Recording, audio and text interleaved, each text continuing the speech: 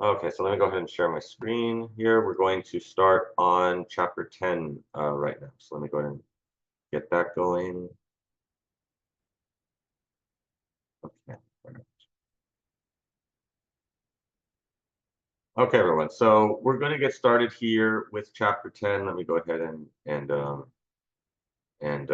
put this here in the presentation view. Okay, all right, everyone. So let me also minimize this here. Okay. All right, so we're going to be starting on chapter 10. So sorry that we're kind of skipping around a little bit. This wasn't this was something that was set up by my department in terms of how to, and I don't have to follow it, per se, but I usually like to go with what the department usually is doing because then there's less confusion in general. I know some professors, they don't like that at all. They feel like that's a violation of their academic freedom. I mean, for me, hey, that's less work that I have to worry about. So I don't really mind it. But anyway, but with that being said, um, we're going to take a look at chapter 10, which is called the substance of justice here. So um, this is a chapter that deals with civil liberties and civil rights, in particular in relation to Texas, right? So if you've taken federal government, this would be this would also be within the first unit. This is chapter 4 in the federal government class that I teach.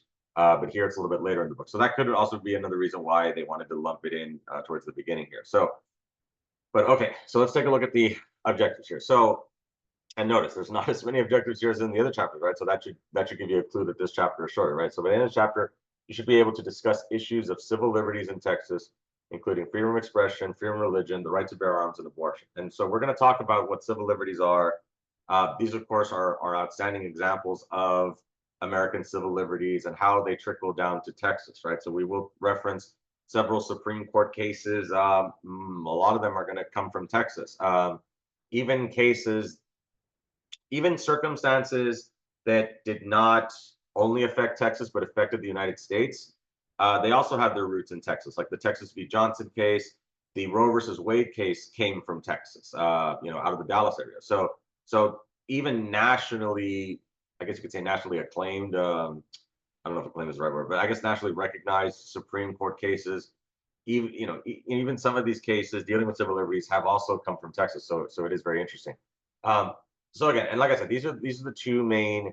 Um, you could pretty much divide the chapter into two halves, right? The first half is going to be covering civil liberties, and then the second half of the chapter is going to be covering civil rights. So we are going to talk about what are the differences between these two, right? So describe issues of civil rights in Texas, including school segregation, education, changing racial attitudes, and civil rights for convicted criminals here. So we will reference this here, but basically in a nutshell, let me see it. I think it mentions it over here.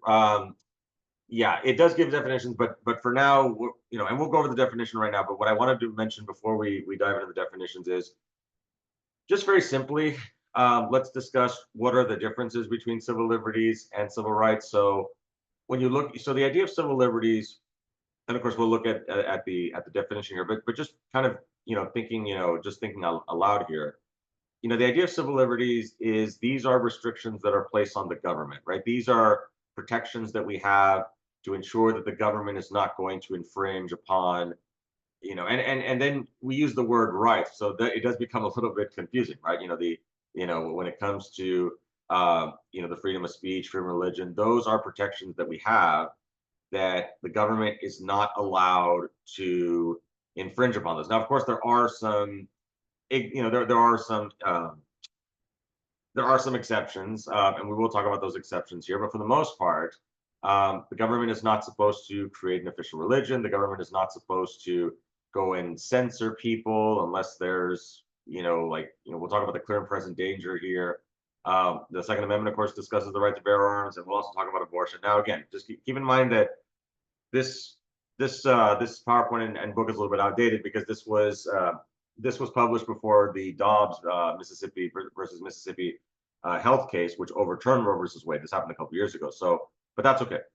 I'll fill in the gaps, and we'll talk about that here in class, even though the book and the PowerPoint don't mention it. But I'll go ahead and fill that in, because that's since I'm the professor, I can do that, right? Um, I can add real-time events, to assist with our discussions here. So, but yeah, and then of course civil rights. is civil rights deals with not necessarily restrictions on the government that keep us, that allow for us to be able to enjoy those protections, but creates protections for groups of people. This is civil rights. The government is supposed to create protections for groups of people, especially for groups of people that would not normally be able to protect themselves through the electoral process. So, immigrants who are not citizens. We've talked about this before, right? That immigrants also have rights in this country. And they don't have as many of the, they don't have it. I don't want to say that they don't have as many, right? They don't have as many of the, not luxuries either. What's the word I'm looking for? Privileges. There you go. They don't, like when it comes to like voting and all that, right? Because obviously, of course, that's reserved for citizens. But, immigrants, if let's say they're, we talked about this before, if immigrants are apprehended by Border Patrol, they're not supposed to just, treat them badly or treat them however they want to, right? There has to be due process. There has to be a process through which immigrants go through the, go through the legal process, to determine what the outcome is going to be and things like that. So there is a lot of legal proceedings that have to go into, what happens, when people are apprehended here along the border and things like that, right? So again, so the idea is that civil rights is talking about how that certain groups are afforded protections by the government. The government has to afford those protections, right? So civil liberties is more like what the government cannot do to certain people, and civil rights is things that they have to do for certain people. That's kind of a good way to remember. We're also going to assess capital punishment here in Texas, and this is a very interesting topic here in Texas because of the fact that Texas usually tends to lead the nation in a number of executions.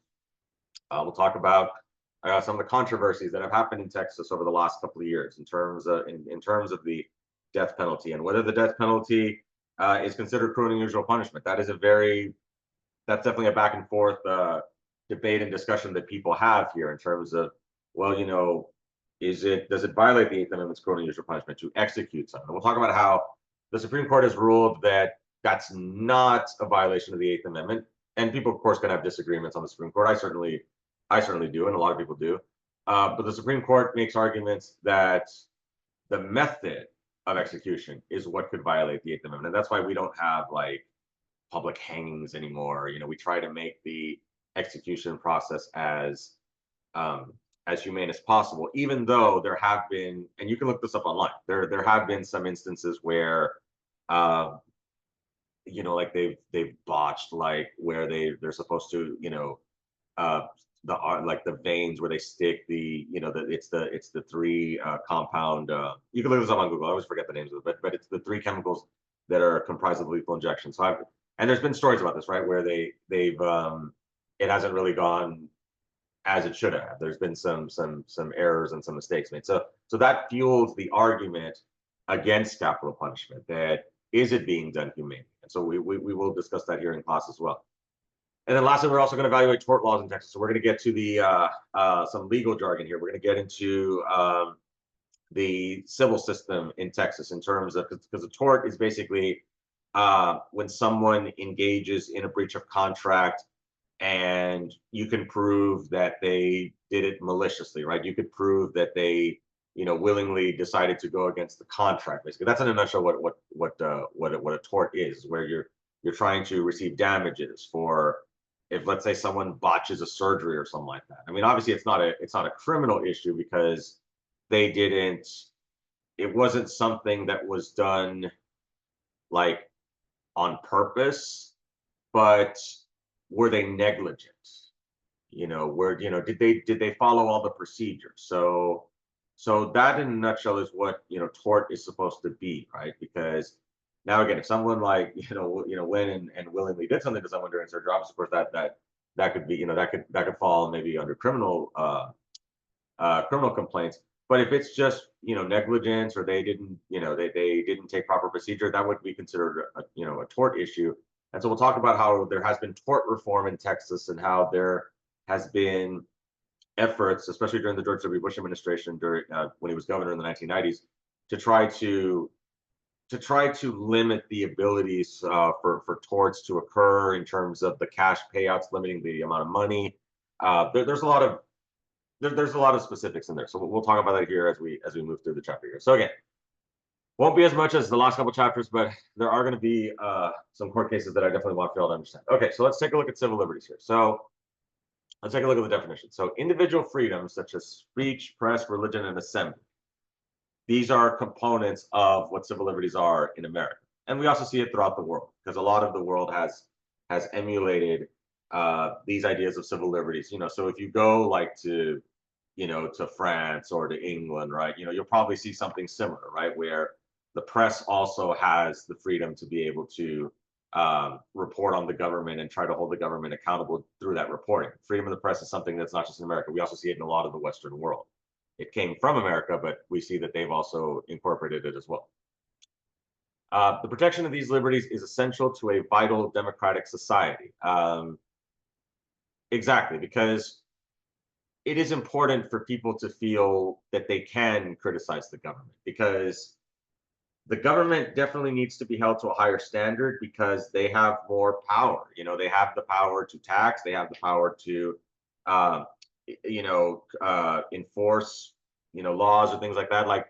So the point I'm trying to make is that we have to have high expectations of our government because our government has a lot of power, right? And so we need to ensure that our government is operating in a fair, ethical, some people would also say equitable manner, although there's debate on this.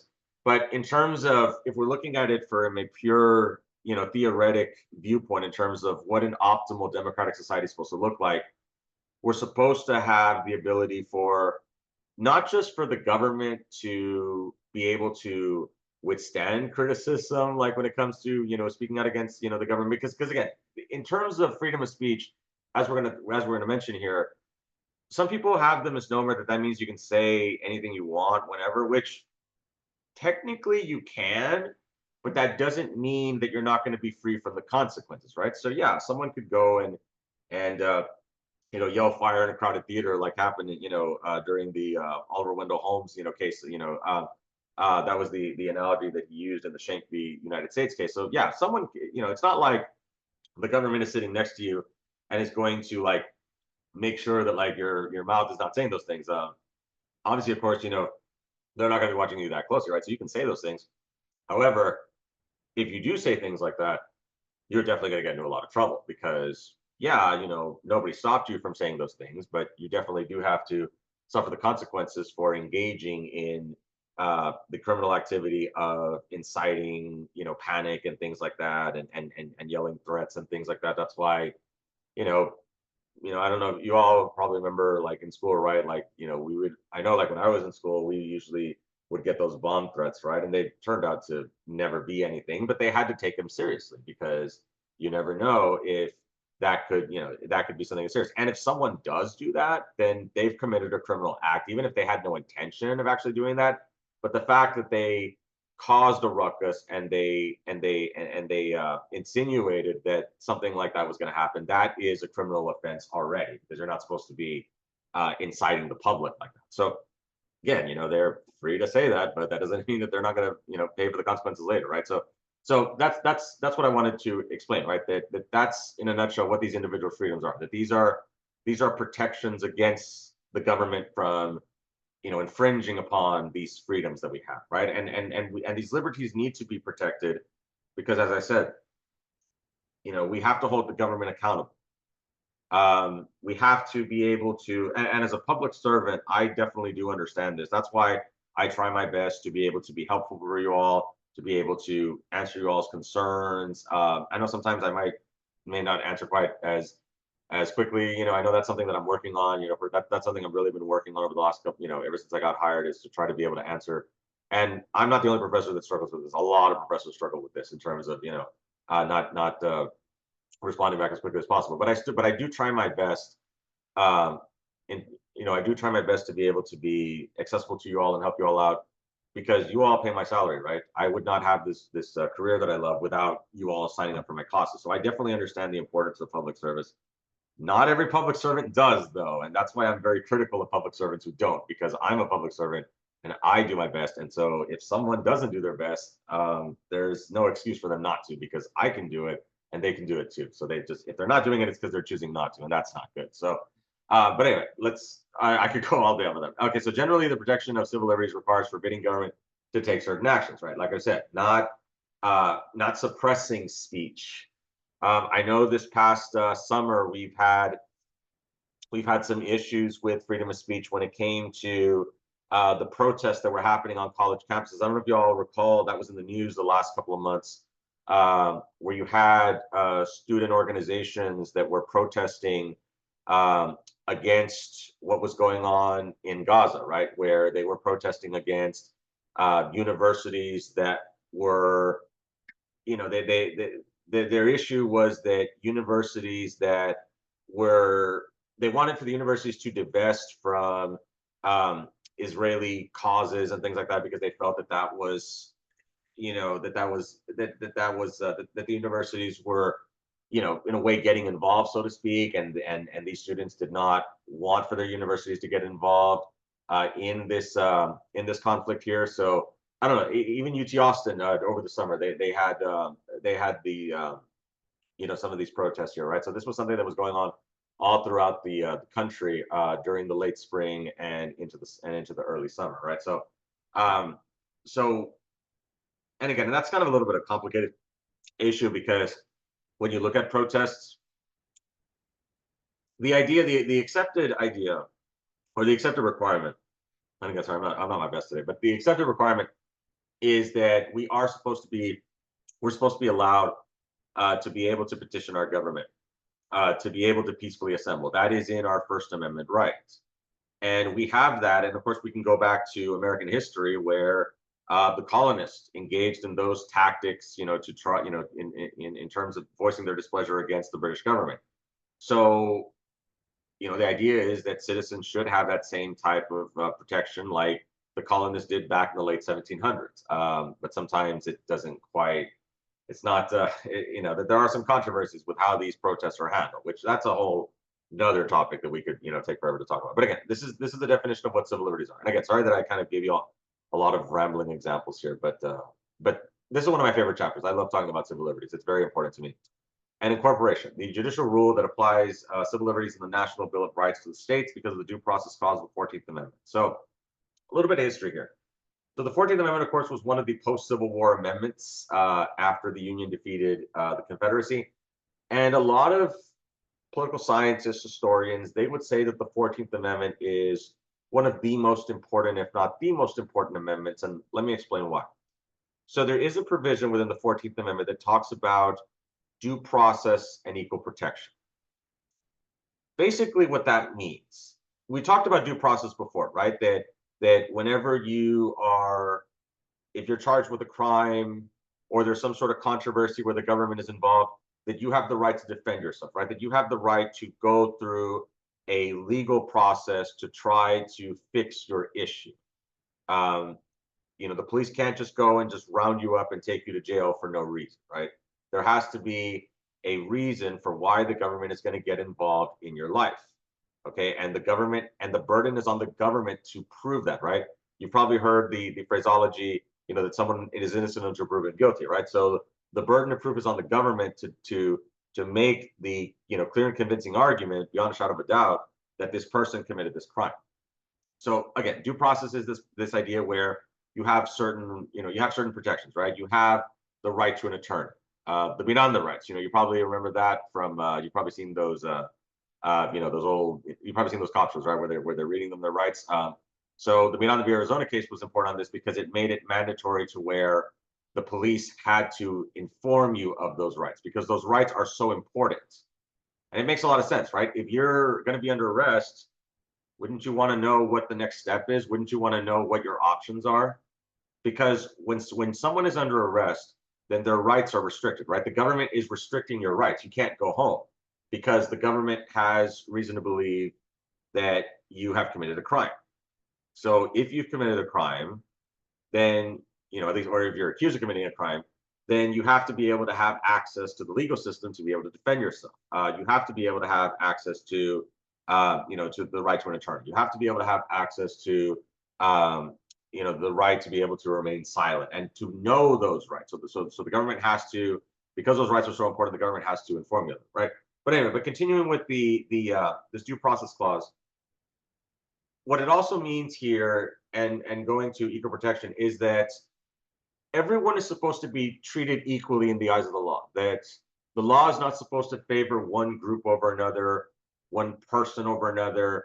They're not supposed to favor, the rich because they have more money, even though some people, they've made arguments, right? Like I know, like the one argument I've said, like, like I know O.J. Simpson passed away like earlier this year, but a lot of people have said, well, if O.J. Simpson, if he didn't have Johnny Cochran and Esther Shapiro, he's the other attorney, and then the Kardashians' dad was also the attorney on that case. That's where originally they got their money.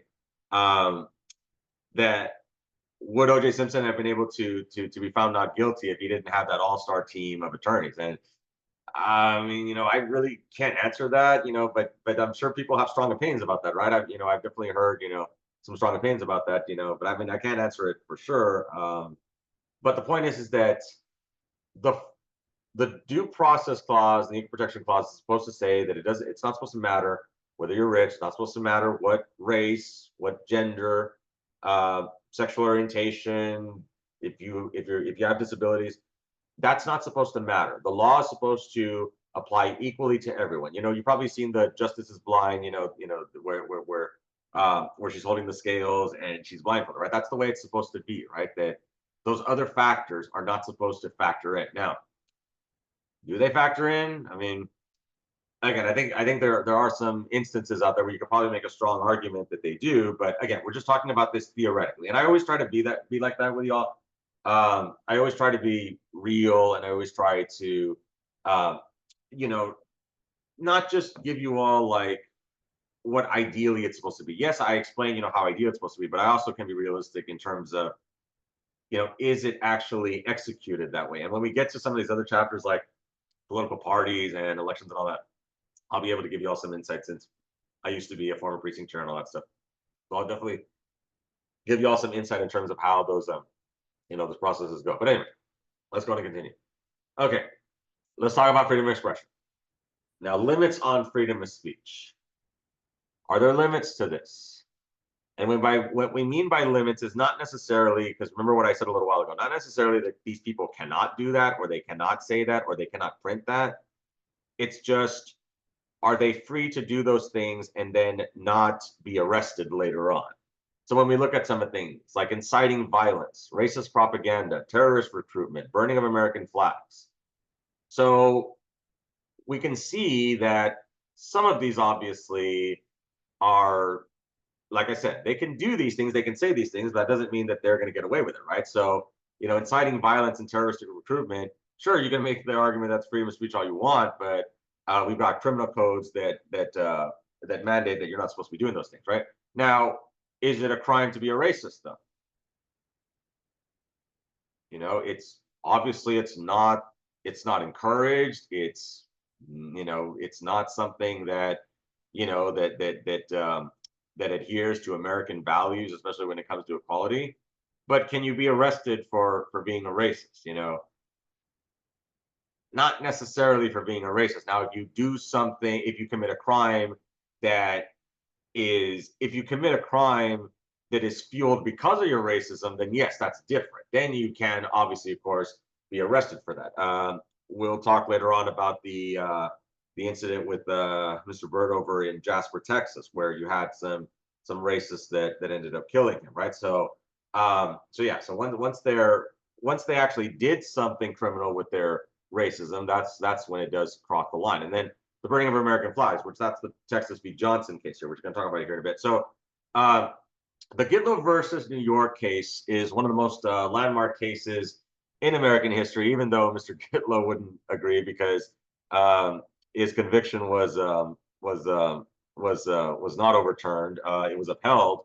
But let me give you all a little bit of some insight. So basically, in a nutshell, if you remember from history class, remember that during the during the turn of the 20th century, and definitely more so after 1917, which was when the Bolsheviks in Russia deposed Tsar Nicholas II. I don't know if you all are familiar with. He was the last, Tsar of Russia. He had his daughter Anastasia. They've made movies about the Russian royal family. Anyway, so this is where Lenin comes in, and they depose the Tsar, and ultimately this creates the Red Scare in the United States, because now, communism is now on the scene, right? A major country has now fallen to this idea of communism, which is very much against the idea of capitalism in America, right? So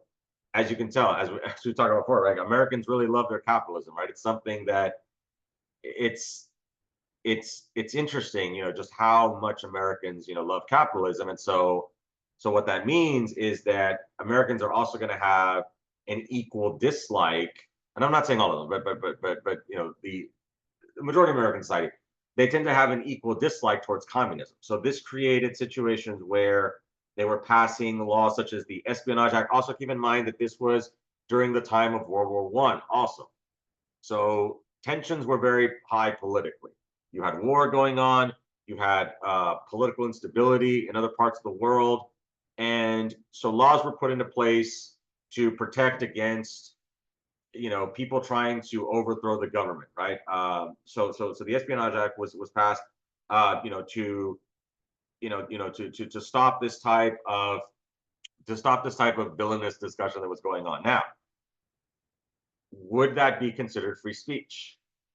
Is criticizing the government, is saying that is being a communist, right? Saying that you don't agree with capitalism and that you want for the United States to become a communist country. Is that necessarily a crime? Well, in again with these espionage acts, that was considered a crime, and so Mr. Gidlow got arrested for that because he wrote some socialist manifesto, and that was discovered, and he was arrested for that, even though he wasn't advocating for overthrowing the government. He was just kind of giving his general thoughts, and that's another thing that we also have to keep in mind also, that when it comes to the freedom of speech, it also depends on other factors like the expediency, the what I mean by expediency is it a clear threat when someone is saying something? So let's take the KKK as another example. So there was another case, the Brandenburg v. Ohio case in the 1960s, where KKK members were threatened with legal action because of what they were saying, right? I think you all familiar with the KKK, right? They get covered in history class. Obviously, of course, they are proponents of racist propaganda and all that stuff. But again, do they have the right to say those things? So the Brandenburg case said that yes, right, that them saying those things is not in itself a crime. Now, if they are to say something that's very clear that they are going to create, that they are going to cause a criminal threat, then that now no longer is free speech, and that now becomes a criminal activity. So if the KKK members are just saying, if they're just sprouting their racist propaganda and they're just talking in generalities, then the court said that that's fine, that is protected free speech. But if, let's say, they say, tomorrow night we're going to go to this person's house, and we're going to go light a cross on that person's house. Okay, well, now that is no longer free speech, because now they have communicated a time, a place, and a method of what they're going to do. And yeah, that would definitely count as criminal activity, things like that. So again, so does that make sense, that it depends on the nature of what it is that they're saying? If they're just saying if they're just saying generalities like white power or something like that, like, well, that does, that's just their ideology. They're not saying what they're going to do specifically about that. They're just sprouting off what they believe in. So freedom of speech does protect that type of speech, even speech that is very offensive, even speech that is outside the mainstream. And what people have to understand is that free speech is the double-edged sword, so to speak, right? Where you kind of have to take the good and the bad with it. Yes, you know, free speech should not just be respected just because people agree with it or just because the government agrees with it, because then it's no longer it's no longer free speech because now it comes with conditions. Now the things you can say are only things that the government will agree with. And that's why there have been some controversies with, these recent protests that have happened on college campuses over the last couple of days. And you can read this up on yourself, that the protesters have argued that this violates their First Amendment rights just because the university doesn't like what they're saying. That's the argument that they're making. And I'm not saying that that's actually happening.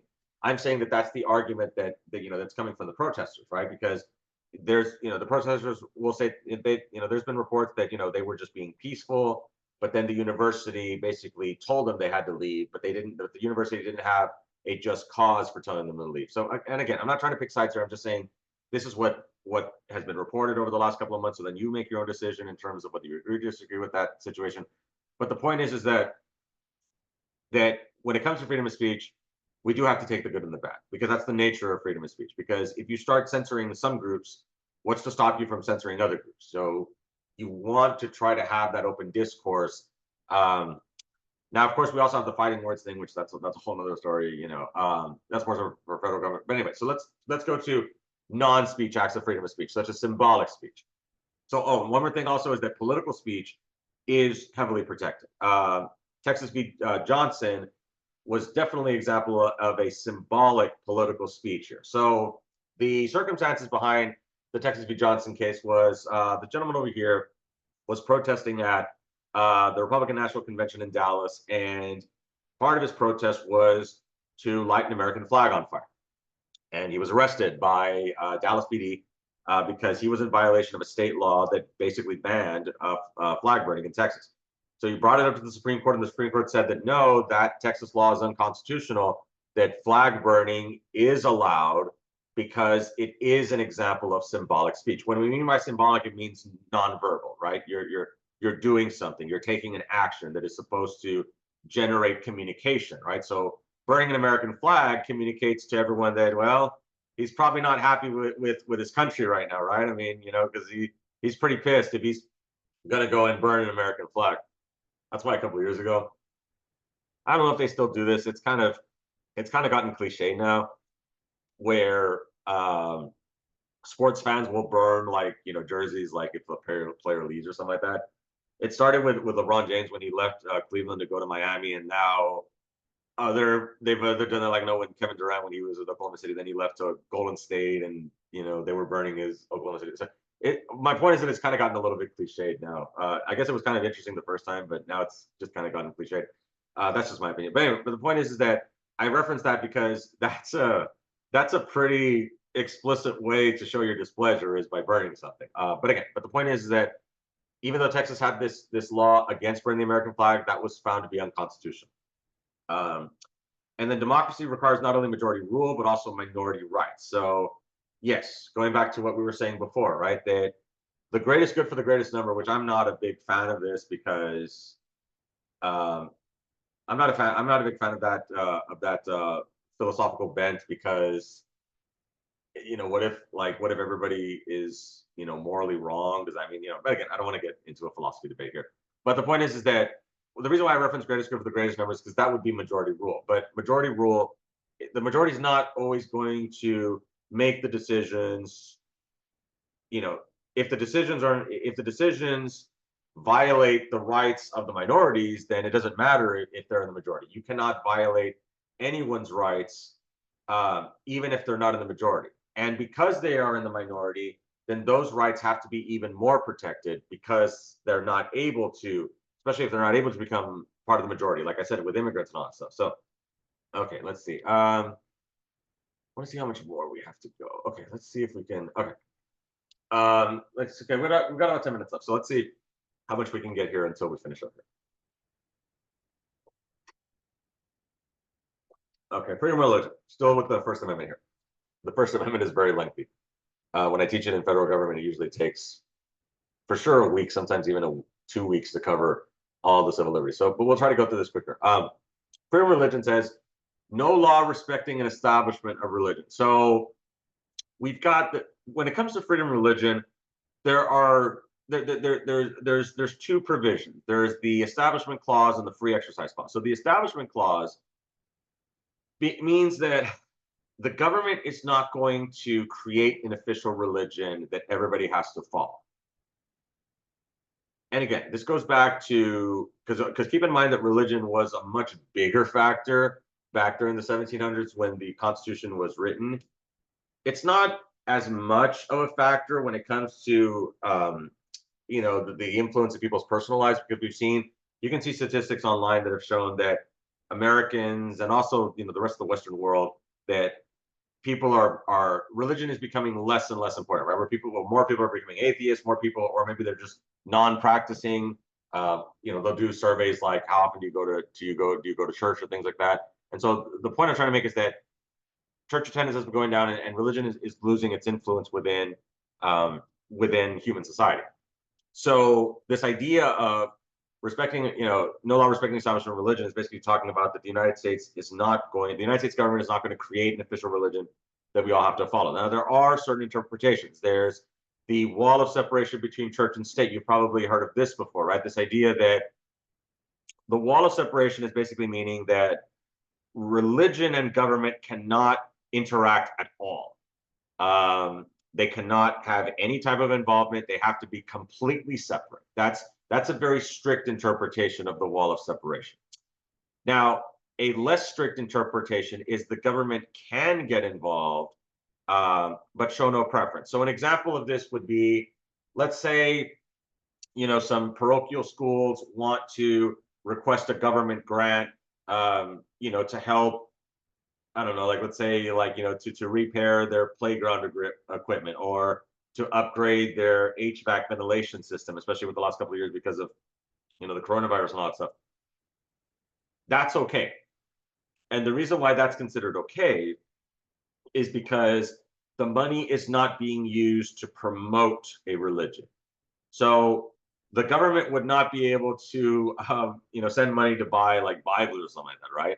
Because then they would also have to do the same thing to buy other religious texts, and other other private schools that are based on religion. So as long as it's a secular purpose, then that's considered okay. There's also the free exercise clause of faith. Texas Constitution Article 1, Section 4 talks about how that even in the and we saw this a little bit when we were talking about the Texas Bill of Rights, that there are provisions there where lawmakers have to believe in a supreme being and all that, even though that's no longer enforced here.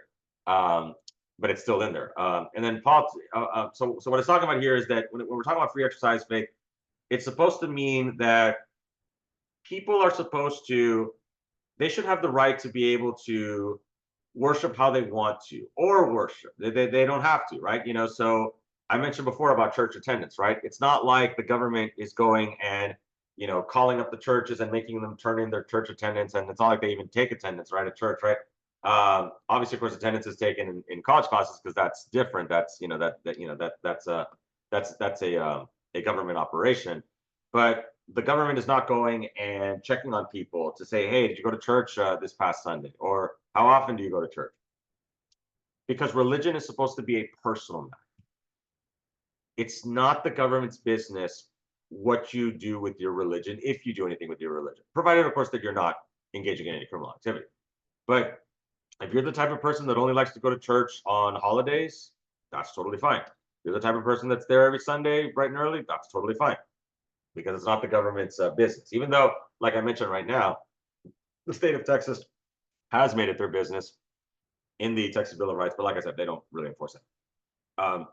Politics and religious freedom is often characterized by inconsistency and hypocrisy, though, especially here in Texas. There's, let's kind of get through this really quickly, and then we can get to the Second Amendment here next time. So really quickly, let's run through this here, the freedom of religion, and then we'll end for today. So the freedom of religion, like I said, protects freedom to believe and disbelieve, because as I was mentioning, religion is supposed to be a personal matter, and it's not up to the government to decide whether people believe or not, or how strongly they believe. Now, originally, we used to have prayer in schools, but this was ruled unconstitutional in the Engel v. Vital case of 1962. Now, keep in mind that this is during a transition period where schooling in America was transitioning away from primarily private schools more towards public education. So remember that when America was founded, that education was not listed in the Constitution because education was not considered a public matter. It was a private affair, right? That going to school was something that you had to take care of yourself privately. You had to pay tuition. Nowadays, of course, we as a society have decided that K through 12 public education is important and that it is something that is not a suggestion. It has to be a requirement. So people do have to go to school. So during that transition period, what also was happening is that because these private schools were now transitioning over to the public sector. Well, education was transitioning to the public sector. We still had holdovers from the private schools, such as the prayers. So that was ruled unconstitutional because prayer the okay. Now let me rephrase this. This does not mean that you cannot pray in school. In fact, I saw a post on Facebook yesterday about it on one of the Facebook groups. So it's not that you cannot pray in school. It's that the government cannot make you pray in school. Because what was going on was you had prayers being led by the teachers, by the admin and all that. That's not right. And it just makes common sense, right? Because not everyone in that class is going to be a Christian. Imagine if you have atheists in there or people of Jewish faith, Muslim faith. They're obviously going to feel very uncomfortable having to pray a religion, having to partake in a religion they don't believe in, right? So we do this as a means to create equity and to be respectful of everyone's religious preference or non-religious preference, right? So prayer was regarded as a Christian ritual, and so that obviously, of course, was not allowed for the schools to lead it. Now, are there ways around this? Yes, there are. We saw that so there have been some controversies that have come from Texas in the last couple of years. So the reading of the Lord's Prayer in Scripture ruled unconstitutional. What it's talking about here is let me kind of rephrase this as an example. So have you all noticed that I don't know how big of sports fans you all are. Maybe it depends, because not everyone's really big on sports. But I like to use a lot of sports analogies because we see this a lot where at the end of like high school football games, you'll see like the students will kneel like in the middle of the field and they'll pray, and usually it's from what usually happens is that it'll be like players from both teams. They'll get together and they'll get into prayer. So is that okay? Because it's a school sponsored event, it's happening on school grounds. Is it okay for the players to do that? Now, the key thing is that it depends. You would think that if the coach is leading it, that would be a violation, right? Because the coach is acting as in his official capacity as a representative of the school district. But there was a case in Texas that came out, I think it was last year, where they had ruled against a coach for doing that, but then they overturned it. So it really, really depends in Texas, and it's very, very complicated. And I'm not going to pretend like I can tell you exactly whether it is allowed or is not allowed. What usually just happens is that people don't make a big deal about it. And again, as I've said this before, like let's say if I'm a coach, I certainly would not lead it because again, and that's because I know I know the First Amendment. So I would certainly want to have the players lead it because I'm acting in official capacity. It's also the same reason why when I'm responding to emails, I've seen some people will say things like I'll see like where like I've gotten professional emails where people will say things like God bless you or something like that, and I don't respond that way because I'm operating in my official capacity as an instructor. I'm a public employee, so I need to keep things secular because it's not the government's business, nor is it the business of the people that I do business with to express something personal to me. I don't know if that makes sense. That I see people do that, but I don't engage in that because I don't engage in that because it's not my role. Now, if it's a personal email, that's different, right? Because I'm not a representative of my work. I'm not, working. But if I'm working, then I'm going to refrain from using that type of messaging because it's supposed to be secular, right? That's supposed to be freedom of religion right there, because it can be freedom of religion and freedom from religion. It can also be worded that way, right? But so again, I'm just giving you all some examples. But again, there's been some controversies in the state, such as the Santa Fe pregame message ruled unconstitutional in 2000, where this was a situation where, and if Santa Fe sounds familiar to you all, that's the school that had one of the mass shootings about it's a little less than 10 years ago. I actually drove by there this past summer. It's a very small community. I actually drove by the high school. But yeah, those types of things, the town's never going to be the same without it. But anyway, but with that, the town's never going to be the same, with when those things happen, unfortunately, especially when it's a small town like that. It's a very tiny town. But anyway, so continuing, the controversy was that you had players that were wanting to read inspirational messages, right? Same, the cheerleaders also at another school here. Originally, those pregame messages that were so the issue here was that the pregame message being led by the school was ruled unconstitutional because, again, the school was leading it. But then the cheerleaders were allowed to hold banners with inspirational message because they are not acting as representatives of the school.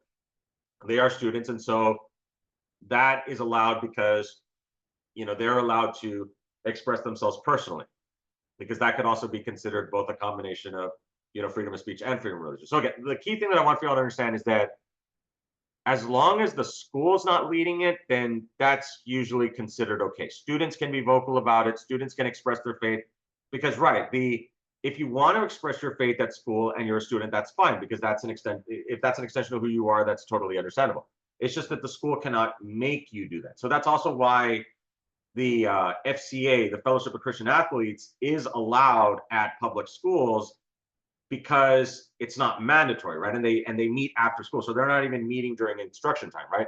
It's a club that meets after school. Yes, they're there using the facilities, but again, it's optional, right? As long as it's optional, then that's totally okay. Deemed personal expressions under God added to the Texas Pledge. So there's also been controversies about, should under God be added here? Because some people say, well, that's promoting a religion, but the Supreme Court has ruled that it does have a secular purpose paralleling the national pledge, and that they've also talked about how that, what it says here is that it's just mirroring what we have under the National Pledge of Allegiance, but it's also talking about how that when they're referencing God, it's not necessarily to promote like Yahweh or the Jewish the Abrahamic religion version of God. It's more so to show reverence for like a higher being, and how that higher being was. It's really complicated, guys. I'm not gonna like break it down like that strongly. But you can also there's also an argument that's also made that because it is historical, that because it's been around for that long, that's why it also has that circular purpose. Now, again, I'm not trying to agree or disagree with this. There's plenty of people who disagree with this, and that's why it's very controversial here. But I'm just giving you all an explanation as to why the under God is not. People have issues with it, but the courts have ruled that it's okay. That's also why, I don't know if you all seen that. We also see a lot more of this, like on police cars and all that. You've seen the under God also. I've seen that a lot as well. Is that something where it's an expression of their faith, or is it more so because it's secular and it's tradition, keeping with the U.S. Pledge of Allegiance? People have different opinions about that. Also, last thing to also talk about here is that also keep in mind that another controversy with the Texas Pledge is, do students have to stand for it? That's another thing that's also talked about here, right? Is that there's also been some controversy in the last couple of years about students not willing to stand for the Pledge of Allegiance. A lot of this has started in more recent years because of Colin Kaepernick and his situation when he started kneeling during the national anthem in response to the Black Lives Matter movement, which of course is came into being because of the lethal use of force used by police officers against members of the African American community, and how the rationale for use of lethal force was called into question, under controversial circumstances regarding these incidents. So there has been a point of contention about these lethal use of force cases. And of course, the George Floyd incident that happened was, obviously, of course, also really galvanized that. Although Colin Kaepernick was kneeling before the George Floyd incident. That was in 2020. Kaepernick was doing this in think like 2018, I think, or something like that. So, but anyway, but the point is that there is controversy in Texas where students have decided that they were not going to stand for the Pledge of Allegiance, and they've gotten in trouble because the school districts have, they try to make them, but technically they don't have to. That is, that is a there was the West Virginia case where the students were getting in trouble for that, but there was a group of Pentecostals who said, that they didn't believe that their students should be able to. They didn't believe that their students should have to rise to the Pledge of Allegiance because of their religious faith. So the Supreme Court ruled that yes, that students do not have to stand for the Pledge of Allegiance. But unfortunately, as we see here, Texas still, well, because of the conservative nature of Texas, right? So it's not surprising that you see, especially like in a lot of these rural communities where you tend to see a lot more of that religious faith, like in rural Texas, as opposed to, more of like the secular, maybe like Austin, things like that. Okay, last thing we'll cover and then we'll end for today. So the La Lomita Chapel. So what's interesting is that we actually made it into this Texas government book here, right? Because if you're familiar, La Lomita Chapel is Mission, right? South of Mission. I don't know. I live in Mission, so I definitely understand the importance of the La Lomita Chapel. It's on the city seal. It's they have a replica of it near the police station. Of course, obviously we have the official the official chapel that's right by the Rio Grande. I've been there before. It's very, very nice, very beautiful. My sister actually got married in an event place very near La Lomita Chapel, so it was very interesting. They had the wedding ceremony like right on the banks of the Rio Grande. Very, very beautiful. So the issue here the last couple of years was involving the border wall, right? So the issue was that the La Lomita Chapel was scheduled to be cut off from the United States because it was going to be built on the other side of the proposed border wall. So what the issue that occurred here was that the diocese, they made a First Amendment argument that the United States government was violating their freedom of religion to worship there. That I don't know if that makes sense. That the Catholic Church was making the argument that no, you cannot put this wall here because this is a sacred place for us. This is religious grounds, and we are going to assert our First Amendment right when it comes to freedom of religion to practice our religion on this site here. And it doesn't matter if you're saying this is for national security. No, like we are going to make this argument that this is a sacred place and you cannot violate our First Amendment right of freedom of religion to practice here. So that was the argument that they made. And ultimately, what ended up happening was that the border wall plans ended up changing, so they didn't need it. So then the case was dropped because it no longer was relevant, because now they were no longer being threatened with being cut off, from the, since the border wall was not going to be built there, they decided to change their minds on it. So, and you could probably make an argument that they changed their minds because they didn't want to pick a fight with the Catholic Church, So, but anyway, that was the La Lomita controversy, and and as someone who lives in Mission, I mean, I guess I can give my thoughts. It is a nice area. I do like it. I'm glad that it's that we're still able to enjoy that area and things like that. Anyway, okay, so sounds good. Let's go ahead and end here for today. Let me go ahead and stop the share here. And I'm sorry, let me go ahead and stop the share. And okay, so let's go ahead and end the recording here.